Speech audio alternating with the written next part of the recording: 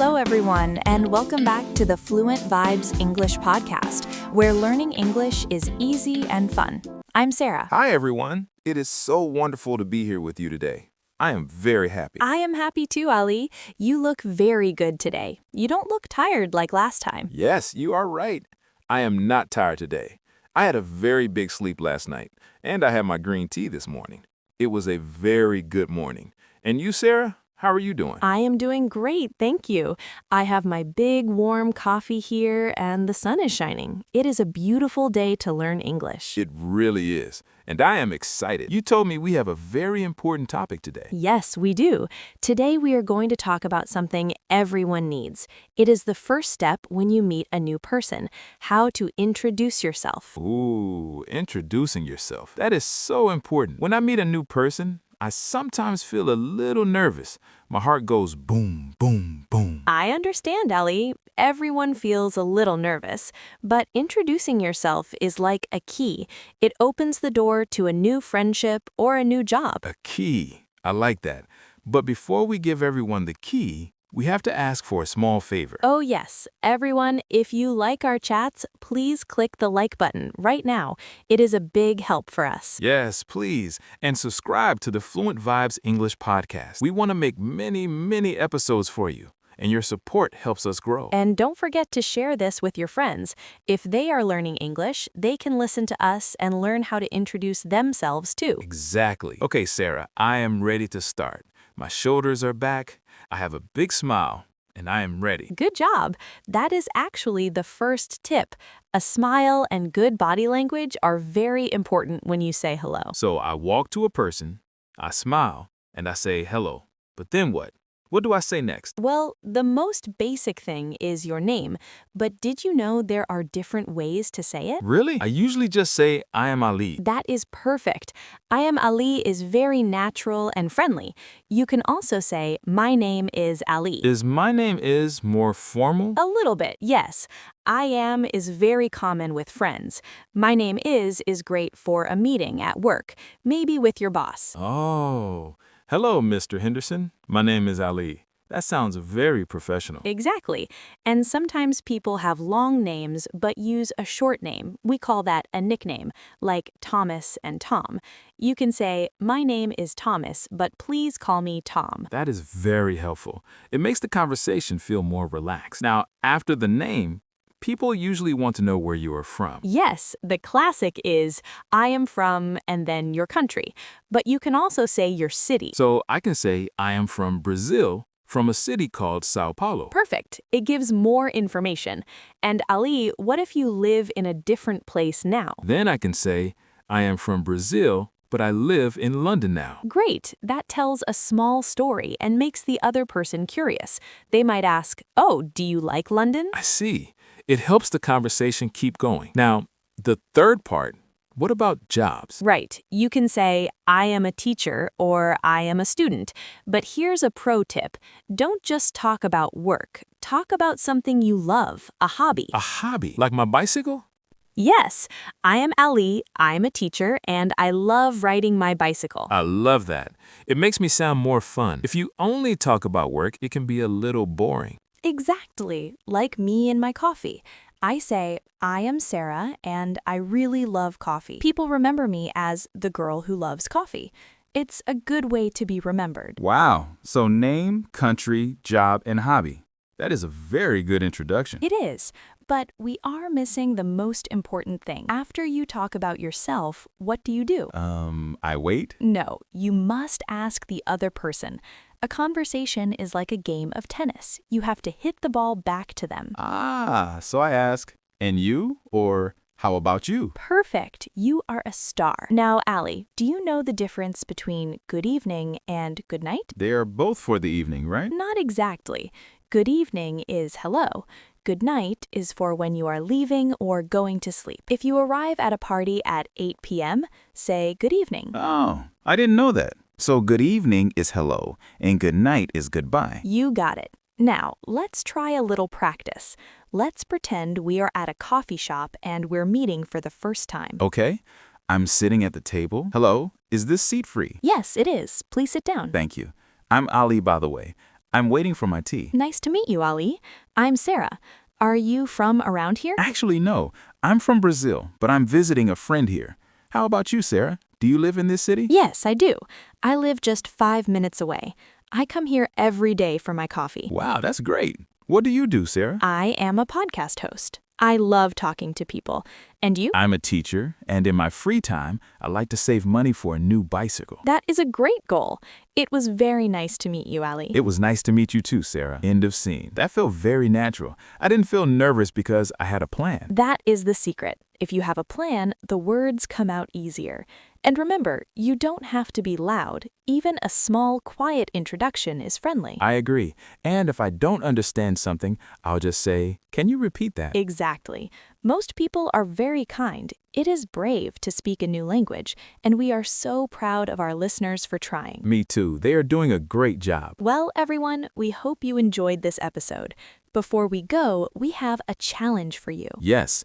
Can you introduce yourself to us in the comments? Write your name, where you are from, and one thing you love.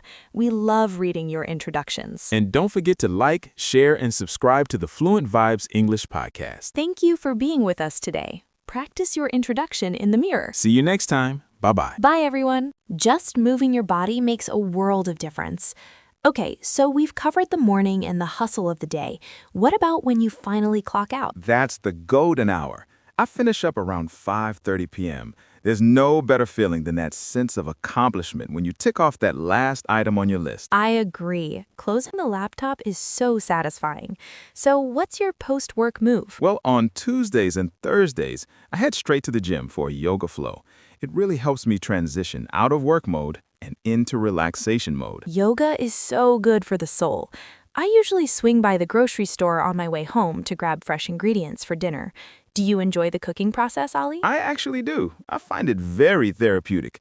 It's like a moving meditation. Tonight, I'm thinking about making a fresh vegetable pasta. Yum! Save me a plate. I'm keeping it low-key tonight. Probably just some homemade soup and warm bread. After dinner is when I really start to unwind. Unwind. That's a fantastic word for everyone listening. It means to let go of the stress and just relax. Exactly. To unwind, I'll usually curl up with a book or put on a movie. Sometimes, if I'm feeling social, I'll give my mom a call just to catch up. That's lovely. For me, I might put on some music or play a video game for 30 minutes. It helps my brain switch off completely. And then the final chapter, the bedtime routine. Right. Before I hit the hay, I always lay out my clothes for the next morning. It's a gift to my future self, so I don't have to think when I wake up. That is brilliant. I really need to start doing that. My routine is more about skincare. I spend a good 10 minutes washing my face and applying all my creams. It feels a bit luxurious, you know? Self-care is non-negotiable. After that, I'm in bed. I try to stay off my phone because that blue light really messes with my sleep quality. I prefer a physical book. So true. I try to leave my phone in the kitchen. I'm usually out like a light by 10:30 p.m. I beat you there. I'm usually dreaming by 10 o'clock. I'm a firm believer in getting a full 8 hours of rest. You're so disciplined, Ali. I'm impressed. I try, Sarah. But look, some nights I end up staying up way too late watching a Netflix series. We aren't robots. Definitely not. Now, Ali, let's give our listeners the secret sauce. How do we connect all these parts of the day so they flow like a story? Great point. If you just say, I wake up, I eat, I work, it sounds like a robot reading a list. You need connectors. Yes, use those transition words. First thing in the morning, shortly after that, by the time afternoon rolls around, and eventually. Exactly. It turns a list into a narrative. For example, following my morning workout, I grabbed a quick coffee and then I headed into the office. It sounds so much more natural. And if you want to sound really advanced, use words like once or subsequently. For example, once I finished my meetings, I felt a huge weight off my shoulders. Once is such a powerful word. And here's my biggest tip. Talk about your emotions. Don't just tell me what you did. Tell me how it made you feel. Spot on. Instead of saying, I had a meeting, say, I had a really productive meeting and I felt so inspired afterward. That's the difference between a student and a communicator. It makes people want to keep listening to you. People connect with feelings, not just facts. They really do. So let's play a game, Ollie. Describe your perfect day. Not a normal Tuesday, but your absolute dream day. Oh man, okay. On my dream day, there's no alarm clock. I wake up naturally when the sun hits my face at 9 a.m. Already sounds like heaven. Right? Then I'd have this long, slow breakfast on a balcony overlooking the Mediterranean Sea. Wow, the sea. What's on the menu? Fluffy pancakes, fresh mango, and the most expensive coffee I can find. Of course, the coffee. Then I'd spend the whole morning walking along the beach. No phone, no notifications, just the sound of the waves crashing. That sounds so grounding. What about the rest of the day? For lunch, I'd meet all my best friends at a big outdoor table. We'd eat, laugh, and lose track of time for 3 hours. That's the dream. Connection is everything. Afterwards, I'd find a hammock between 2 palm trees and take a nap. Do you know what a hammock is, Sarah? I do, those swinging net beds. I could stay in one of those forever. Finally, I'd watch the sunset while eating a massive bowl of pasta, watch a hilarious comedy, and go to bed feeling completely at peace. That sounds incredible, Ollie. My dream day is a little different. I'd spend my morning tucked away in a giant old library with a rolling ladder. You and your books. I can't help it. I'd read for hours in a velvet chair. Then I'd wander through a flower market and pick out the most vibrant tulips and lilies for my home. That sounds so calm and beautiful. In the afternoon, I'd take a professional pastry class. I want to learn how to make those perfect French croissants. Okay, I'm definitely coming to your dream day. I'll be the official taste tester. Deal.